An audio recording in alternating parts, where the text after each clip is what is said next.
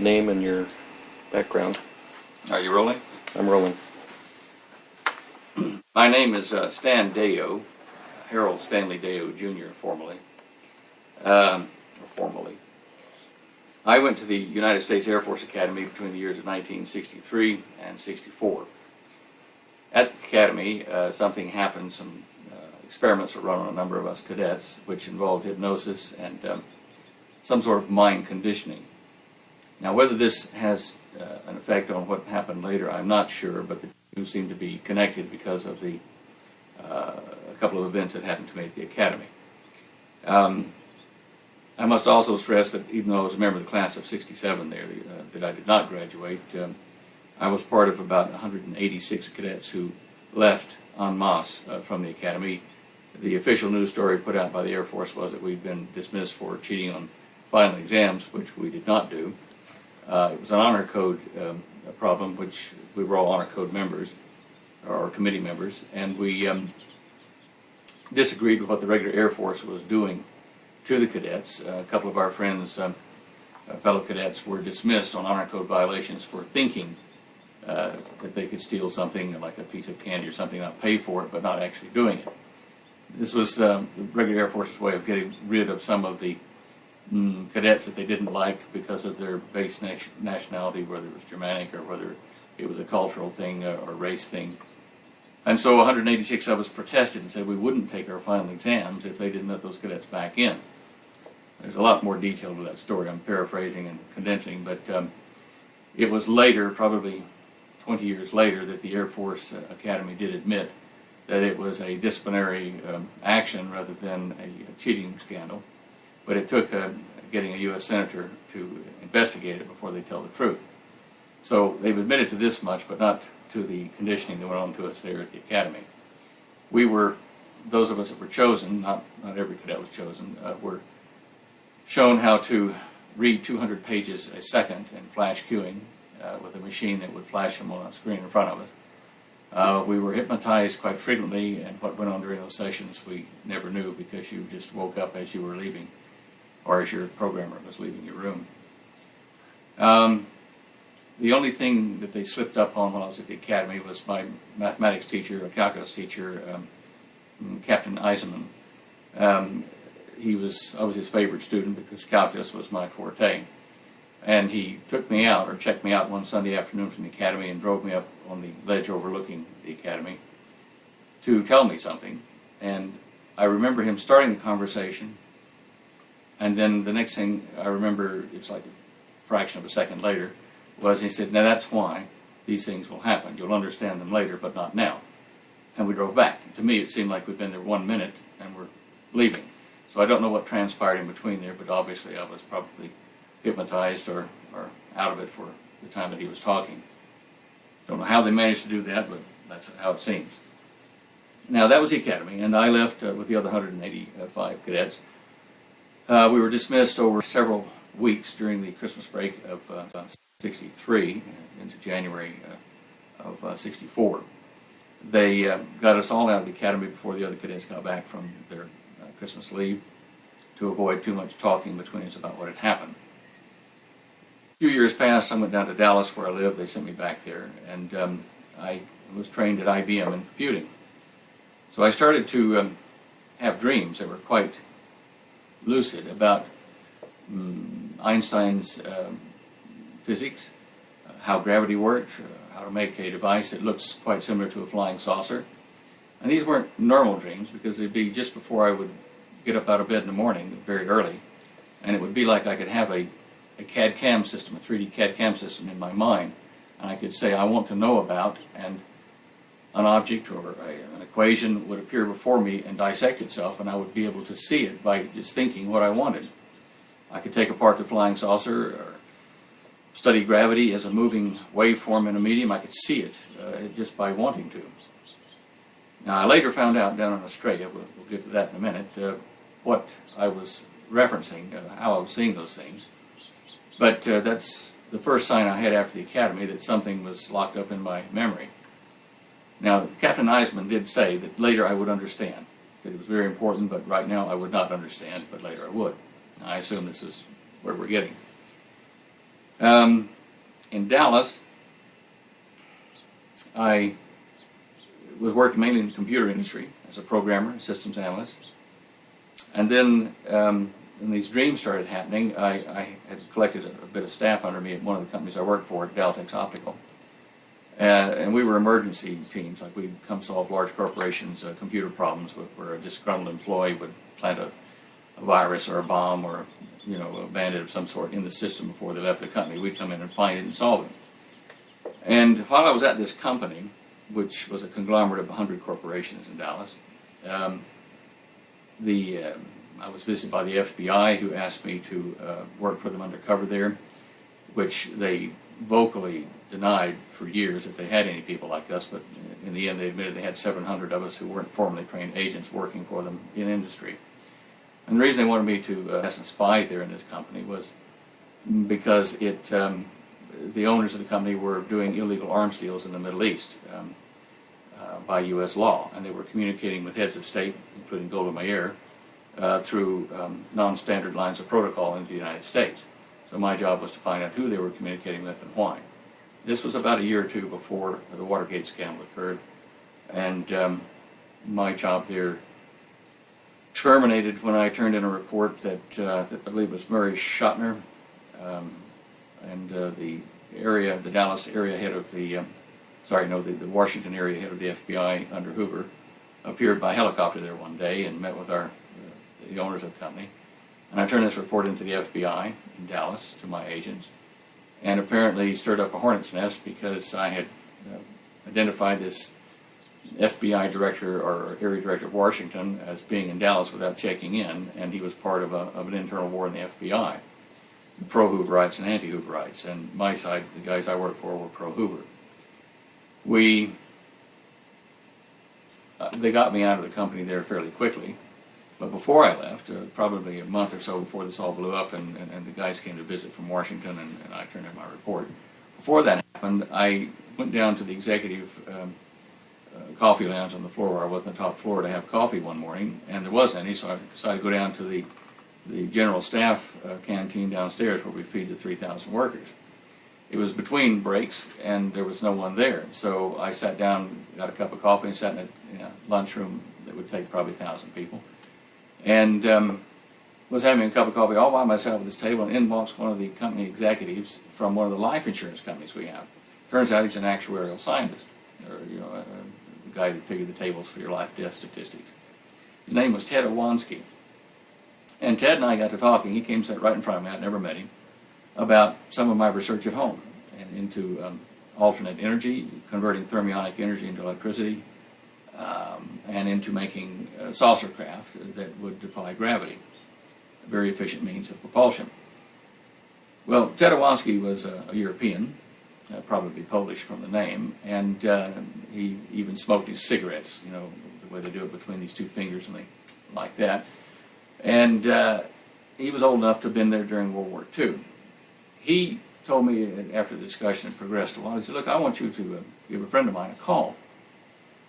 And I said, "About what?" And he said, "Oh, he'd be interested in this kind of stuff you're talking about."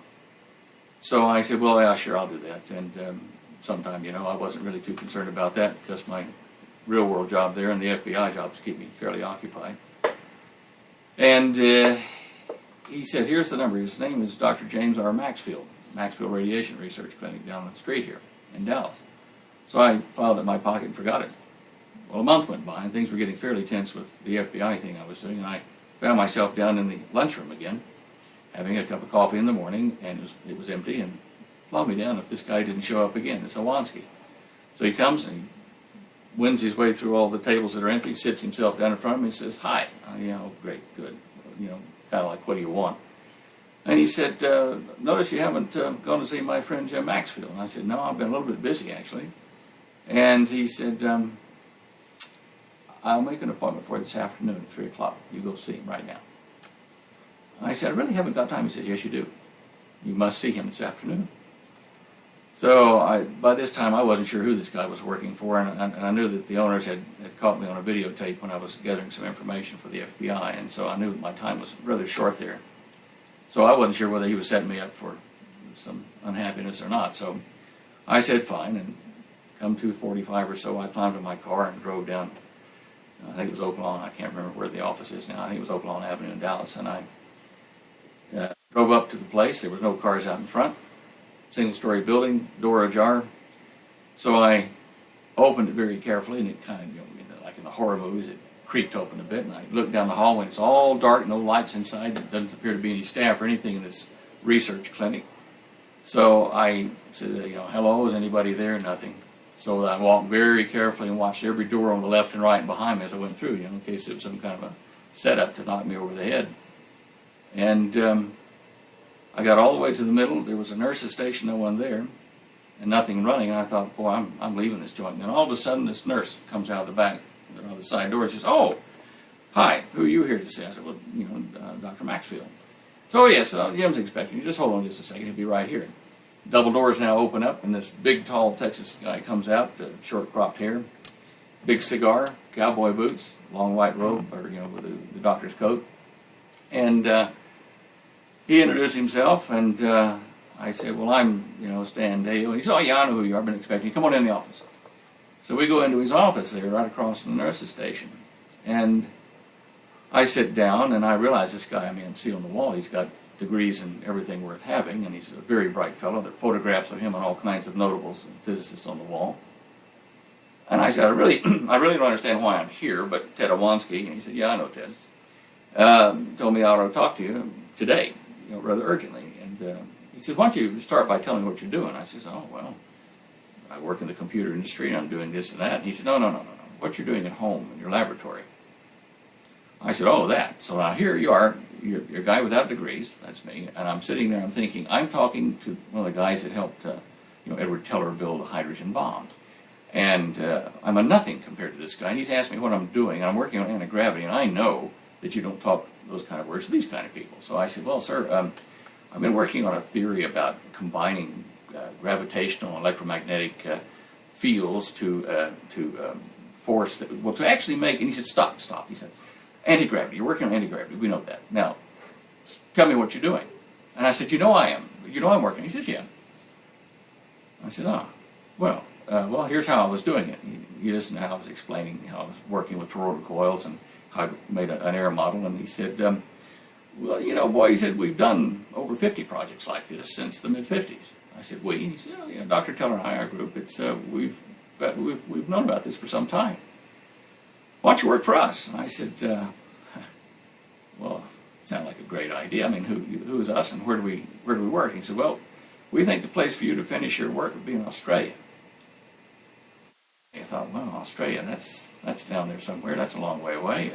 Yes, well, I guess you have enough desert to test things. He said, "Yep, sure do." And then he took me up around the wall, and he says, "Look, see, that's me and Dr. Teller, my first trip, or his first trip, Maxwell's first trip, under the ice cap." He said they have a little ceremony they give you in the submarine when you go under the ice cap down there to the base at the South Pole.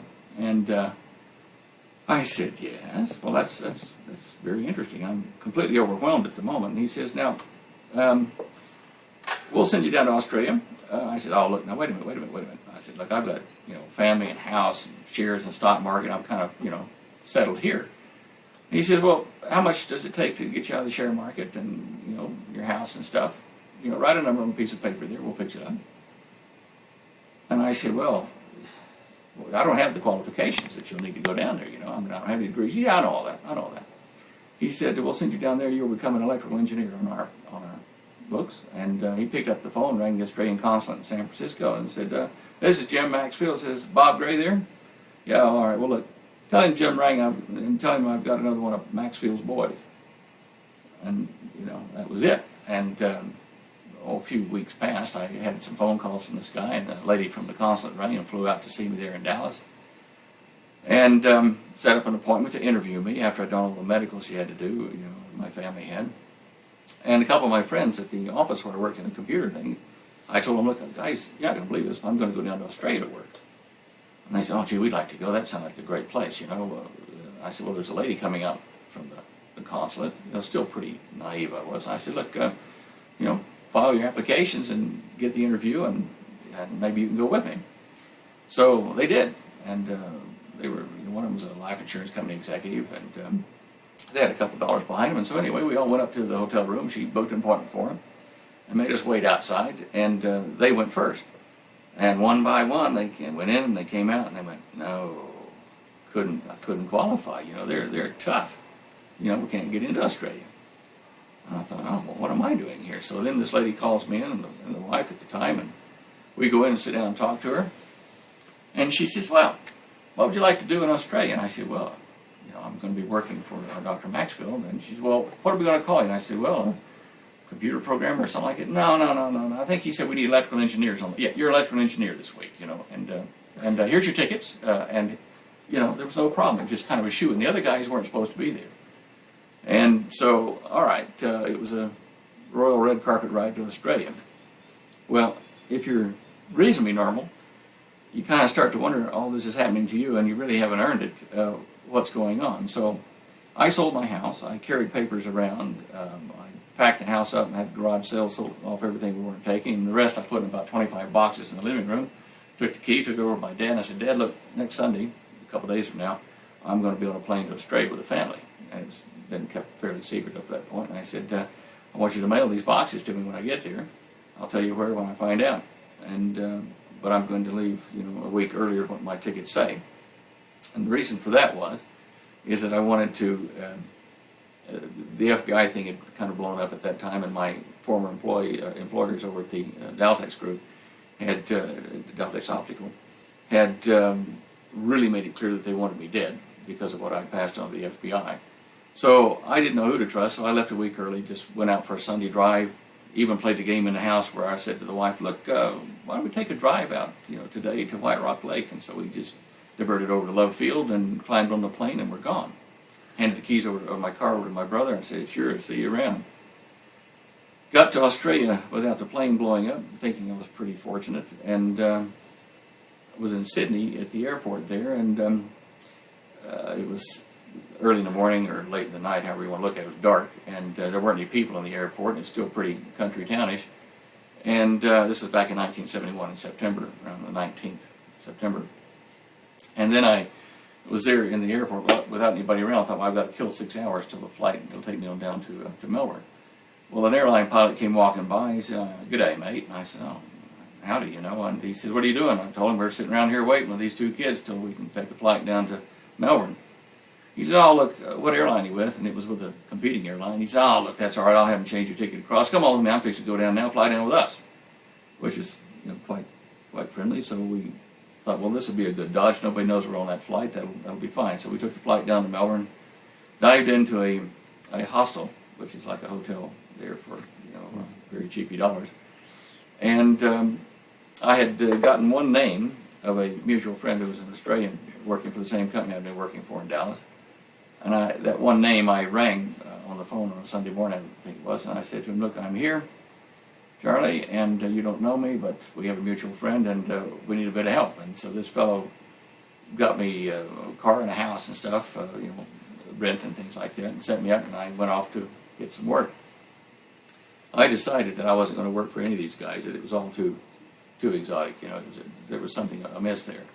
So for 6 months I worked, I got a job immediately, was given my selection of 3 companies to work for, and I went to work for Caterpillar and William Adams Steel, which was a joint venture there, as a senior systems analyst.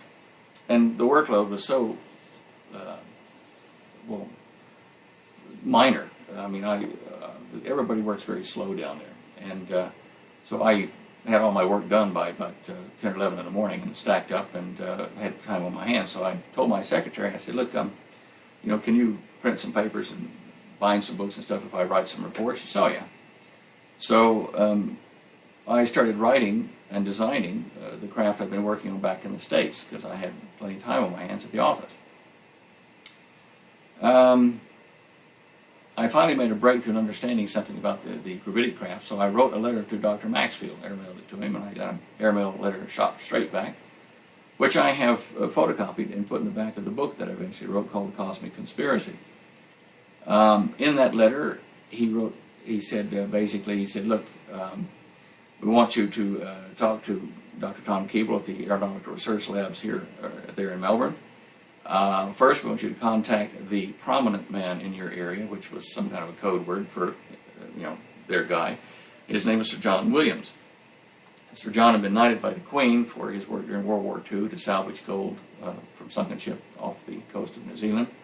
And he was the chief executive officer for Adelaide Steamship and Salvage there in Adelaide, and his office was in Melbourne. He was definitely an ex-naval man. His bearing was quite good. At the time I met him, he was in his 70s, maybe late 70s. But anyway, I did as Dr. Maxfield told in those 2 letters. I rang up Sir John's home and I said, Sir John, this is Stan Dale, you don't know me. He said, oh, yes, I do. Boy, I've been waiting for you for 6 or 7 months. You're late getting here. And I thought, wow. And I said, oh, well, I'm sorry, I didn't realize that. And I'd skipped my last briefing with Maxfield, and then when I left a week early, I just didn't trust anybody at that time and left. So Sir John says, look, we'll meet, I'll have my driver pick you up at the train station in Melbourne, coming in from the suburbs, and we'll have lunch. And that's how that started. And I went in on the train, and sure enough, a guy looking, very stocky guy, a judo karate type guy, was waiting there for me at the airport in a Mercedes and put me in the back seat, and Sir John was there, and we drove off to what's called the Melbourne Club, which is a private club there in Melbourne run by the leading Conservative Party members, or like the Liberal Party is what they call it there, but it'd be like something like the Republican Party here in America. And the leading lights of that own that club and run it, and you don't get in it unless you're kind of born in it. It's a very exclusive power elite club in Victoria, in fact in Australia, as I was later to find out. Anyway, we went to lunch, and we had Sir Henry Somerset, who was one of the 9 chancellors of the board of directors for the Commonwealth Scientific Investigative and Research Organization, CSIRO. We talked for a while. We had another fellow at the table, an English professor from Tasmania.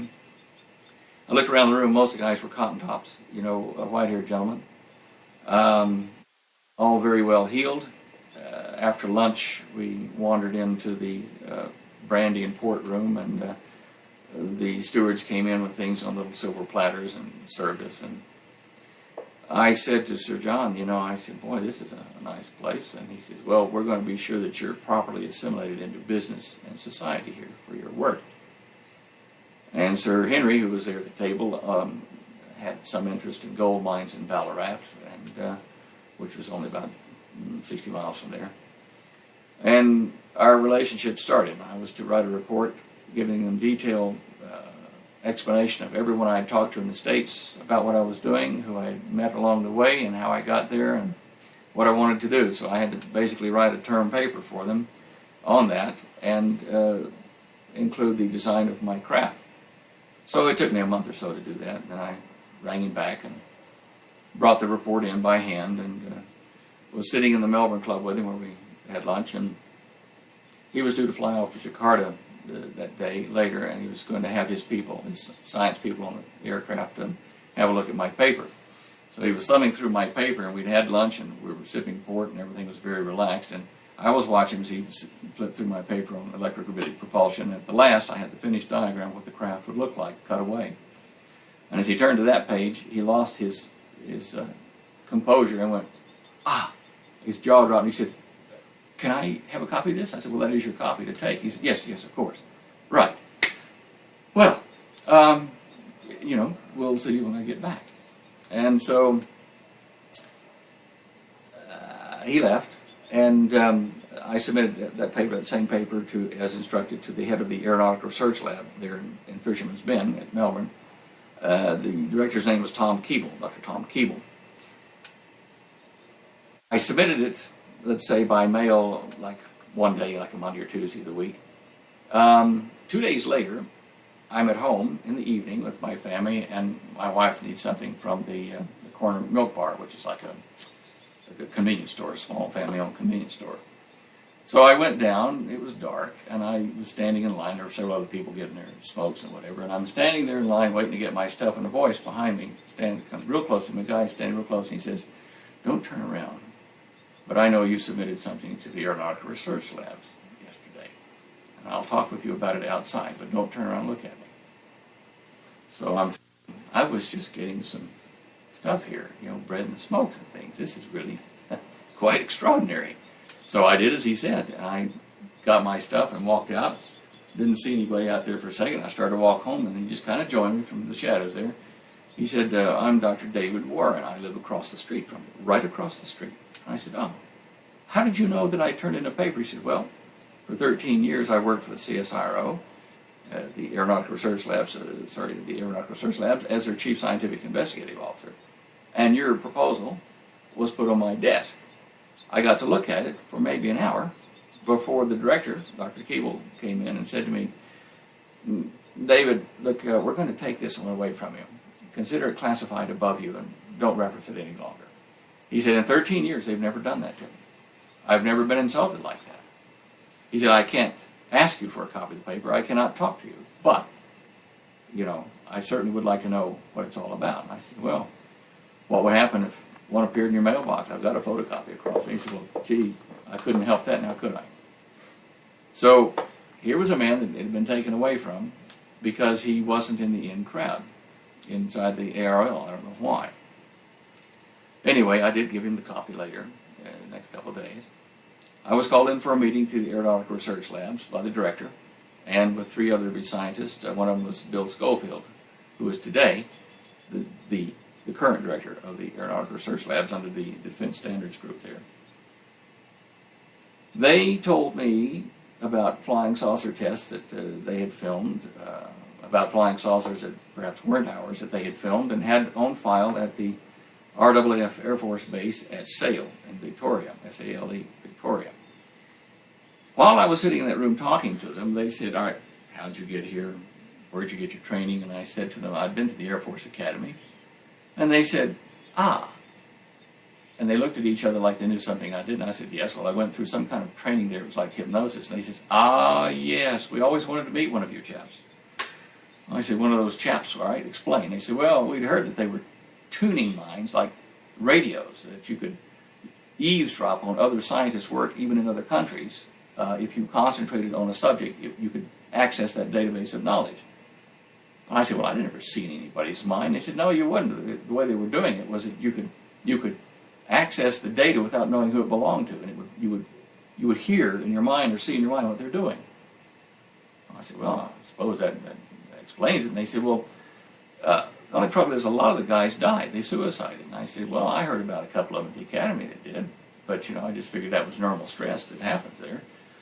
And they said, well, no, a few of them just went tropo or went crazy when it got too much for them.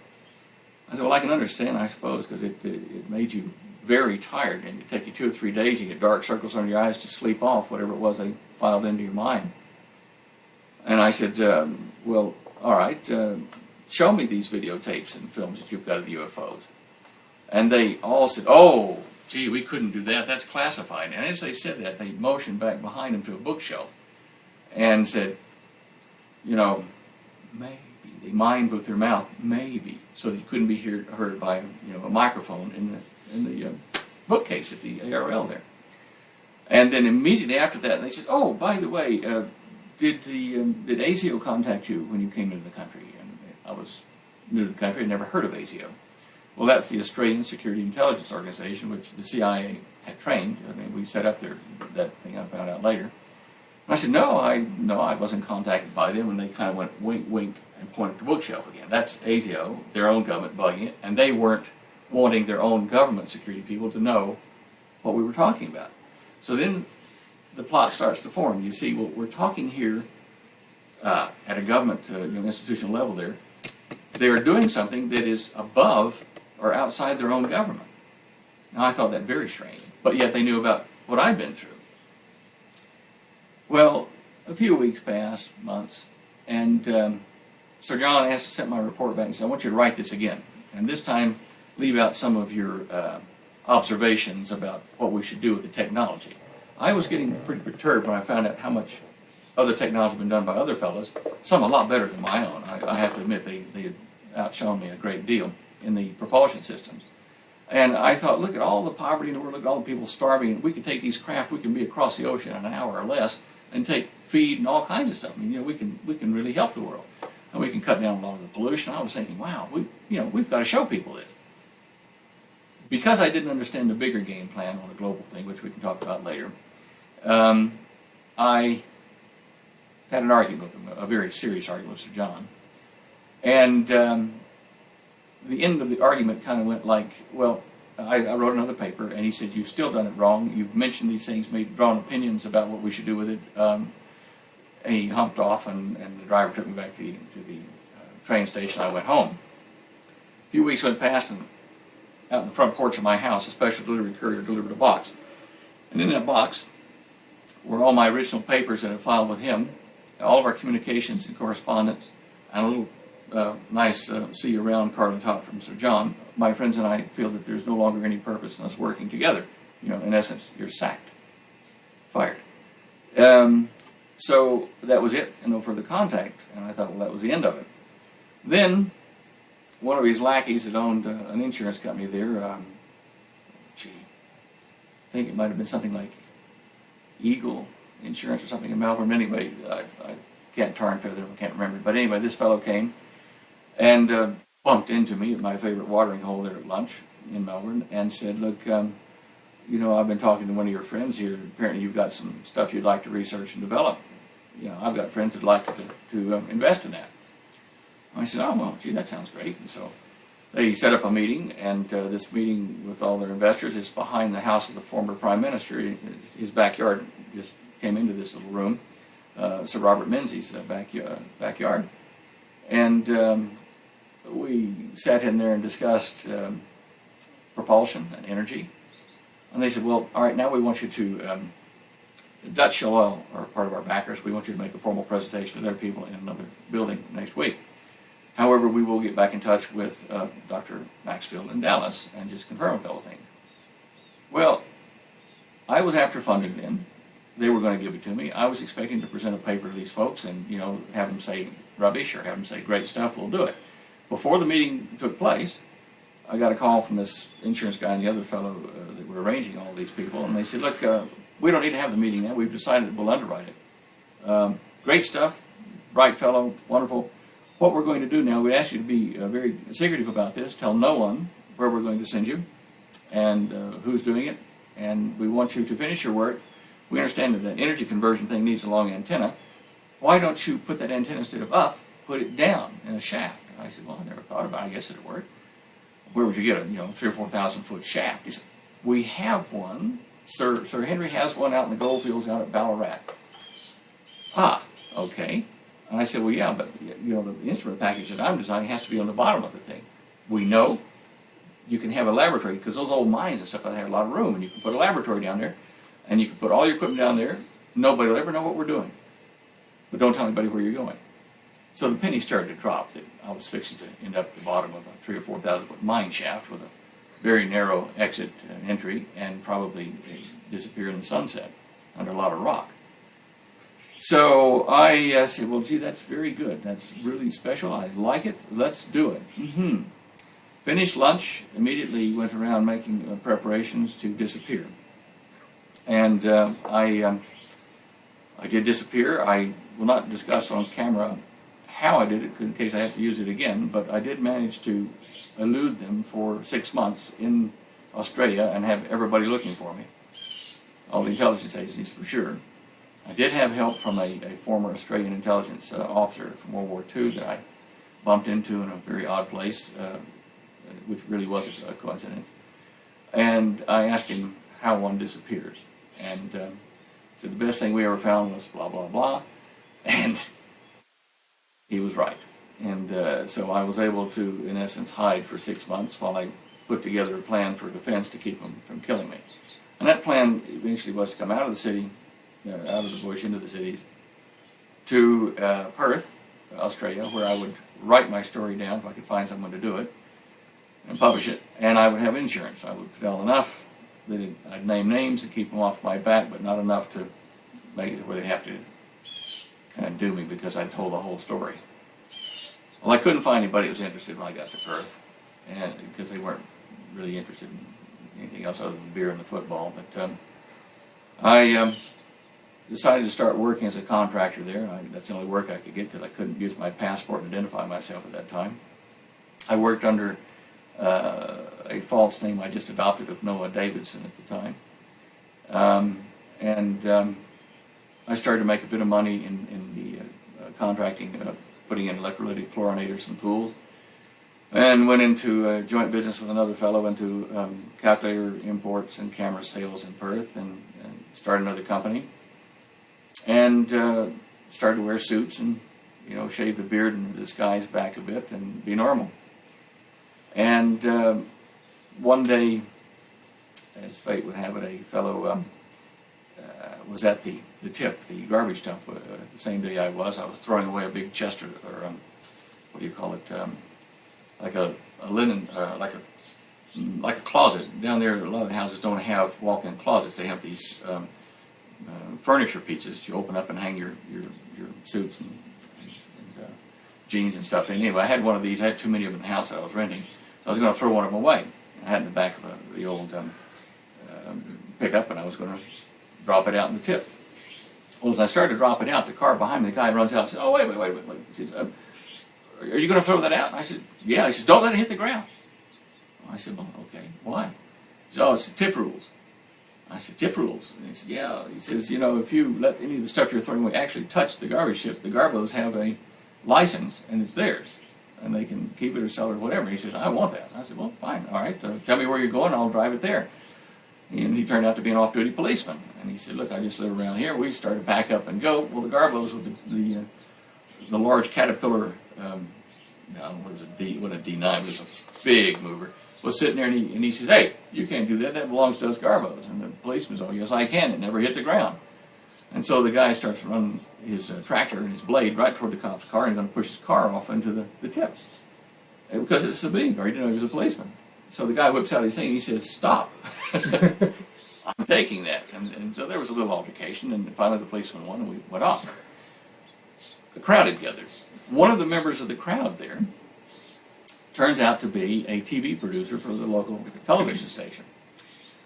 They were making a documentary on UFOs. Well, I didn't know that. We got over to the cop's house, having a cup of coffee and tea and crumpets and whatever, everybody talking about how neat it was to have a fight at the garbage tip. And we got talking flying saucers and UFOs, my favorite subject. And so I start talking to these people, and this guy had come along from the tip, this producer fellow. He says, "Can I have your phone number?" And so he just appeared one day, a couple of days later, over at my house and said, "Look, I've talked to the director of our new production here, and we'd like to have you appear on our show."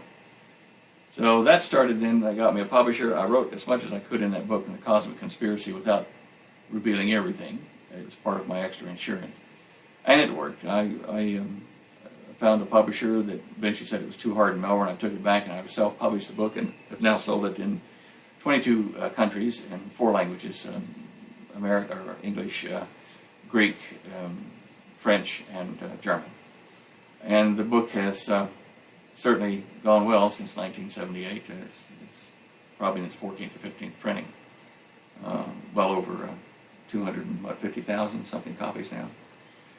So during that time, I was visited occasionally by former intelligence agents who had been either with the project from the MI6 division of British intelligence in the Middle East and in Europe after the war, or from Australian members. There were two of those, one MI6 fellow, and the Russians. Although the Russians were involved, I don't know that I ever spent much time with any of their agents talking about that.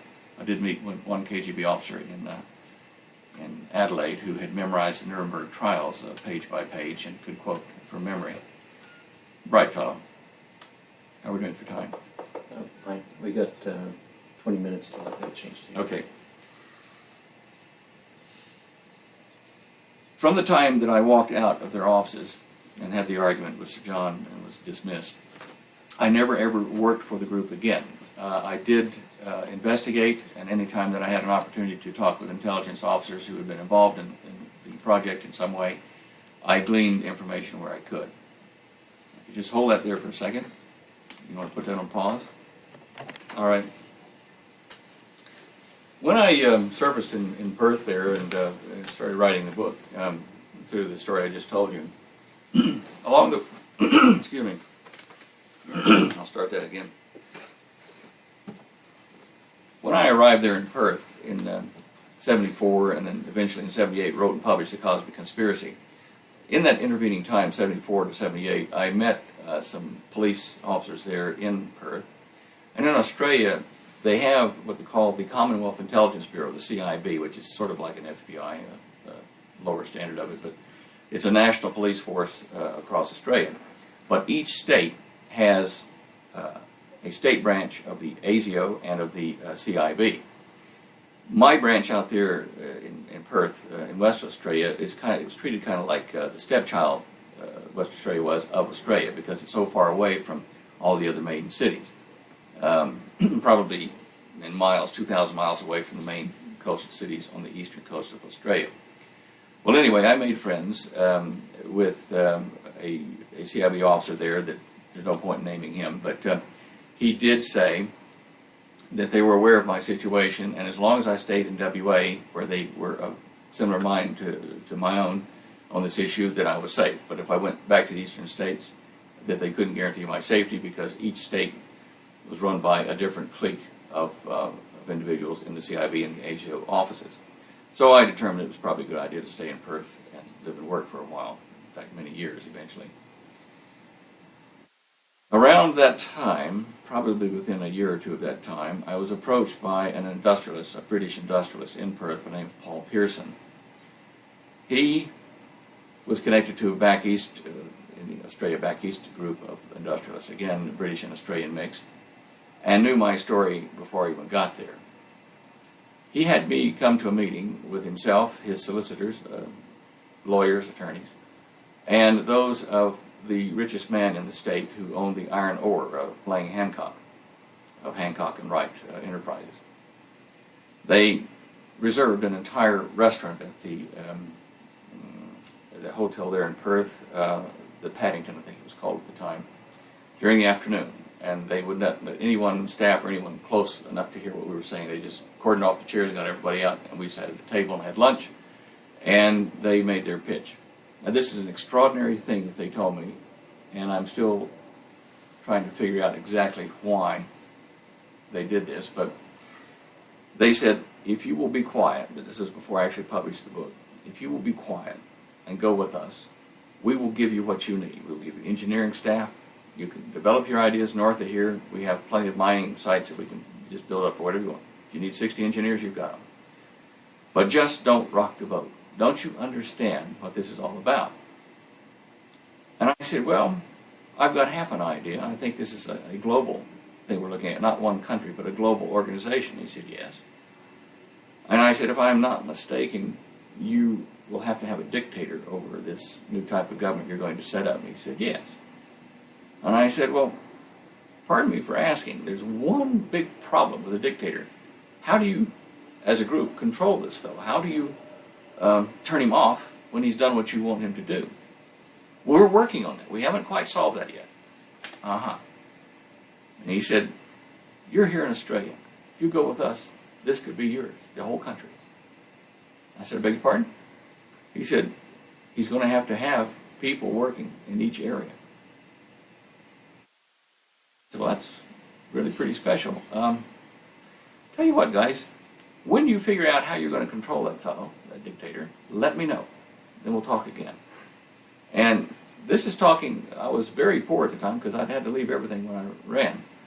And, you know, I was working my way back up into having where I could buy a car and stuff like that. And so their offer was quite lucrative. And the fact that I might be, you know, gee, a mini dictator, that was even more fun. But it astounded me. It was another piece to the puzzle that would form into a more accurate picture many years later. After 78, or right around 78, actually, so I was about to publish the Cosmic Conspiracy book, but I hadn't finished it yet. It was, you know, being assembled and ready for printing. I was invited across Australia by a group of businessmen in Queensland. That's be like going from San Diego, California, over to New York City. They provided a first-class ticket for me to fly across. They wanted me to give a public lecture on all the stuff that I was gathering for the book. I A lot of them are Christian businessmen, very straight shooters, so I didn't have any trouble with that. Around that time, I'd become a Christian myself, and so I thought, right, good thing to do. So I flew over. I didn't have any trouble. When I landed in Queensland, there were men in white shirts and ties and kind of doeskin leather jackets who were there at the airport to kind of stand beside to be sure that nothing bothered me. Turns out later the governor, or the premier of the state they call him, but the Governor Jockey Peterson, had supplied me with bodyguards to be sure that nothing happened in his state while I was there. You didn't hear about this here in the United States, but in that country, in Australia, from that moment forward for probably 5 or 6 years, there probably wasn't an adult person there that didn't know my name because of the furor that did develop. But I had a book that was 10 times over a bestseller in Australia. Here it would have been a million seller in this country, but we couldn't get it released here. This lecture that I went to do was at Cooperoo High School. And we put, I don't know, maybe 800 or 1,000 people in the audience there. And I started lecturing Saturday morning, took a lunch break, lectured till the evening, Sunday morning, to the lunch break, and to the evening. So I lectured for probably 20 hours there. There was a crowd. They set up underneath the stage in a little recording area, and they had back-to-back, wall-to-wall Sony duplicators going, and people at the lecture, at the end of the lecture, could pay their $5 or $10 or whatever and get complete copies of what was said. And I did basically what we're doing here, but I told a lot of other things as far as, hearsay and conjecture, and this is how the puzzle fits together. What we're doing here is what I've actually experienced or done, so this is, straight testimony to start with. At this lecture, there was some guy heckling me in the front row about the end of the first day, and he was getting fairly vocal. He was about 3 or 4 rows back from the stage. And he stood up and he really started to shake his fist and get at me. He was interrupting the entire lecture, talking about the UFO cover-up and all this kind of stuff and our technological suppression. Well, when he became very vocal and started shaking his fist, about 4 guys in those leather coats just stood up. And they just kind of came in from both sides of the aisle, kind of, excuse me, sideways to him. They leaned into his ear like this and said something. And whatever they said, he straightened right up like a board. And as they moved sideways, he moved with them. And they took him out. I never saw him again.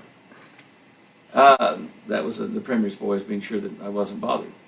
And the Premier did eventually invite me back over, and we had a private conference where we talked about the Governor General, Sir Solomon Cohen's involvement in this global conspiracy. Now, just as an aside, I really am sorry that Sir Jockey Peterson never got to be Prime Minister of Australia, because he would have possibly done what we are doing here and would have turned it around. Because we knew that there was a foreign agency, a multinational agency, that had been undermining a lot of countries, including the United States, and taking minds like myself and technology that was developed and taking it away to this new group, or this secret group that they've got. Anyway, as I say, the governor, or the premier, did take care of me at that lecture, and while I was in his city. Now, on the Sunday night, I was very, very tired after 20 hours of lecture. I nearly lost my voice, and I thanked everybody for coming, and they were just a wonderful audience. And I went back behind stage, and they were at the door wanting to talk, a line of questions, so we let them in. And one question after another, and I'd be polite and answer it, and then they'd go. And it's dark outside. I'm thinking, please, let's just go home and sleep. I noticed a guy in the line carrying kind of a shopping bag with handles, and he was smallish build, very thin, had pointy black shoes on, very oily skin, and kind of sharp, sharp features on his nose. It was a very prominent, sharp-featured nose. Well, because we'd had the trouble, he had his hand, he put it down in the paper bag, and I thought that he might be reaching for a knife or a gun, because he would get within 2 or 3 people of me, and he'd see more people behind him, excuse himself to the end of the line. So I couldn't get to any of my security people because I was behind stage, and they were all out clearing everybody out of the auditorium. So finally, he was the last one left, and he came up to me, and he reached down in the paper bag, says, "I've got something to show you." And I thought, right. So I got ready to try to duck or whatever, and he pulls out this probably inch-thick sheaf of papers, photocopies and news articles and stuff, and some Polaroid photographs. And he lays the Polaroid photographs in his hand like this. He says, "Have a look." And so I look at these Polaroid photographs, and they're in an assembly area of electrogravitic saucer craft, taken apart. There have men out there working on them in this huge work area. Probably a warm country from the looks of the building walls. They weren't insulated. And I looked at that and I said, well, what are you showing me? He says, we think you know. I said, we? He says, yes. And then he handed me the sheaf of papers. He said, thumb through there. This is you. And I thumbed through there, and there were quotes of stuff, articles about things I had said. I'd never even been to Canada. These were from Canadian papers, American papers, things I talked about on this, all collected. Everything I'd probably ever said in a bathroom was all in this thing, you know. And I said, where did this come from? He said, you realize that what you were telling these people out there is an antique? And I said, yes. He said, well, what are you looking at? I said, well, that's an electrogravitic craft. He said, well, that's the modern one. I said, I don't suppose you let me take a photocopy. He said, you've got to be kidding. So I said, well, let me just look at it a bit longer. So I memorized as much as I could of the photograph, the fuel coil arrangements, and the big wide copper bars that were about probably half-inch thick, and these were wound around a donut-type former with a little hoop in the middle, and that was the main drive field. And then there was another coil wrapped at right angles to that, so that we had wrapping flat bar coils like this around the donut. And then they got skinny at the thing and went over the doorway or something. And they told me about the little side coils, the A and B coils, that had they're polarity sensitive. They have to be marked when they're in the assembly area, because if you reverse the polarity of one of them when they fire it up, it creates a fireball. It vaporizes the entire craft. And so anyway, I was suitably impressed with all this. And so I said, well, look, what's inside the former? He said, oh, well, here's another photograph. Inside it showed me a square section of the former, and it was hollow. And there was only insulation and those fuel coils wrapped around it. And I said, well, wow, what kind of a metal have you got in there for an inductor, a magnetic inductor? And he said, oh, it's a moon metal. And I said, well, gee, and I'm thinking to myself, if I just grab those photos and stuff and run, he can't stop me. And he must have sensed that, because he went like that with stuff and shot out the back door. And I went running after him. I called security. I yelled, and they didn't get there in time. And I saw him in a black limousine driving off. His driver was waiting for him. Never saw him again. Never heard from him again. But that was, I understood what I was looking at. Somebody was out there watching me. And as I tell you, I'd never been to Canada, these other countries where they had the news stories on me and other data they collected on me. So obviously whoever it was had intelligence connections. He did not threaten me with death or anything else. He just said, we thought it was time that you saw the new model. So there you have it. I'm just trying to remember after that. Oh, probably 5, 6 years after that, maybe even 7. Oh, that'd be 83. 80. Yeah. I had a friend. We were working on developing a marine version of the saucer craft, an aircraft that I'd first developed, which wasn't electrogravitic. It was purely an entrainment or asymmetric propulsion device, which I can explain later. Anyway, I was at my friend's factory near Perth, and we were experimenting over several weeks, making these things go in the water so that they would be rapid, leave no wake in the water, and no bow wave, and pretty exotic marine craft. I wanted to build it so I could make one and make a couple of dollars. Well, a guy that supplied him some of the supplies he needed in his boat building industry, a wholesaler, happened to come into my friend Kim's office one day, and a copy of my Cosmic Conspiracy book was laying on the table. And of course the front cover of the book has flying saucers on it with electric field glows around them. The guy looked at it, picked it up. Whose book is this? A friend of mine. Well, he says, well, he's got it right. And so my friend Kim says, oh, yeah. You know something about it? Might tell you someday. So Kim told me about this guy. He says, oh, is he bull dust? He said, no, he's a bright fellow. So it took us probably 4 or 5 months to make a deal with this guy, to meet in a particular place, and have him tell us what he was involved in. Now, here is where I will tell you what I heard from the man. It is hearsay. There is no point in telling you this guy's name, because he swore that if we ever identified him, he would kill us and our families before they got him, because they would kill him. They, being this group we're talking about, the Sir John's and Sir Henry's, this world group. He was attached out of a European intelligence organization after World War II. And he was in a position of lower scientific value or engineering value in the organization, but was taken into an underground bunker that was left over from Hitler stuff, where they set up the initial test after World War II for these electric dishes.